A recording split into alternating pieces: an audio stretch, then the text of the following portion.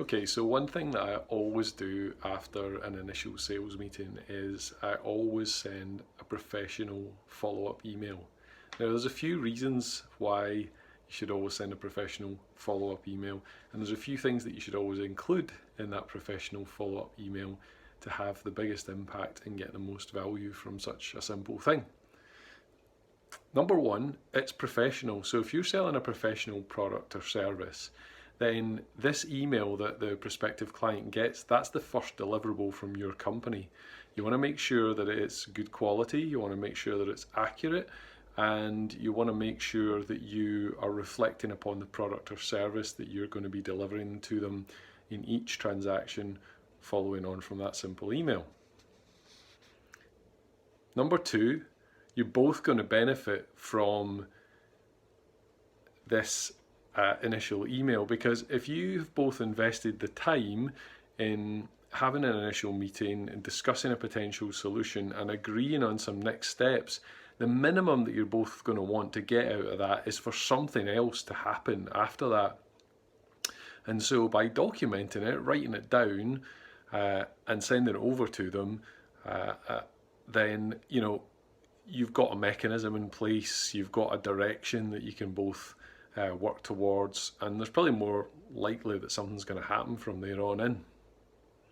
The last reason is if you actually agree on the next steps in the call with the prospective client, then in terms of follow-up, all you have to do is follow up on those mutually agreed next steps, and you then get away from chasing people up on the next steps and trying to sort of scramble to make things happen and to try to get some momentum going in that sort of early part of the sales process, which I think is something that probably benefits everyone.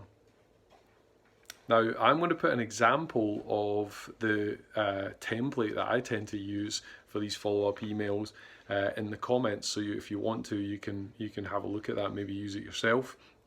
But just to give you an example of some of the content of that, and obviously you need to be asking good questions, you need to be listening a lot, and you need to be trying to focus in on what's important to that prospective customer to get all this information out. So also another benefit to this is, as you're going through the discussion, if you have the email that you're going to send as a follow-up in mind and you're thinking about filling that out in your head, then it also gives you a good framework to start to go through the discussion with that prospective customer.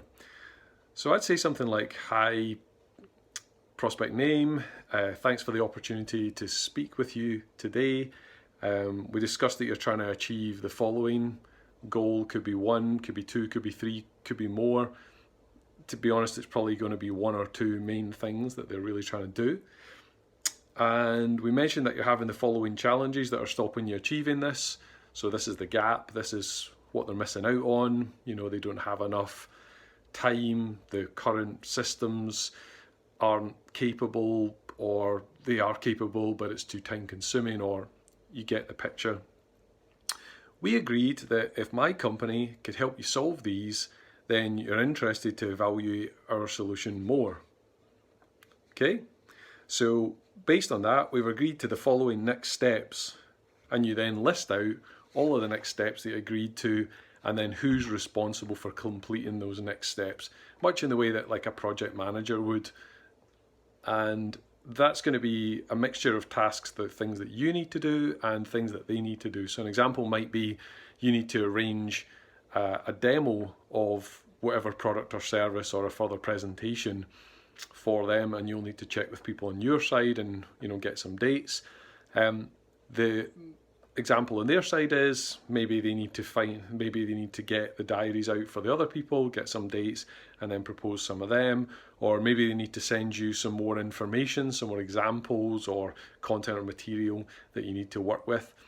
And if you think it warrants it, and you're really kind of trying to drive it forward, then it's fine to maybe put some dates round about them as well. If you think that you're dealing with the type of person and that might appreciate that, and you've got the option to do that. It's really, really important that before you get to a point in those next steps where you're actually going to demonstrate the capability, you actually nail down exactly what you're going to be demonstrating. So one of the kind of next steps that I like to put in, if we don't close on it in this meeting, is what are those key requirements? What's the kind of top 2 or 3 things that we really need to kind of demonstrate to you to prove our capability?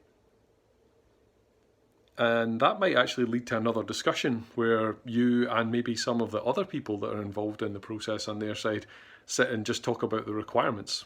And that could be a discussion where you suggest some requirements and they suggest some requirements, and you maybe debate them backward and forward till you've got a kind of clear picture of that. But if it doesn't happen then or in that next meeting, then it really does need to happen before you demonstrate the capability. But when you're writing out the steps, that's a really good extra step to think about. And lastly, always sign the email off by saying one thing: if I got any of the above incorrect or I missed anything, then please let me know. And usually people will reply and say, nope, that's a fair summary, or depending on the individual or depending on how good you were at replaying what they said and what you agreed, they might make some minor corrections and tweaks to it. But at that point, they've bought into the plan, they've bought into the next steps, and you now have a way to get some momentum and work that opportunity forward in a way that you both agreed on, and hopefully gets you the result that you like.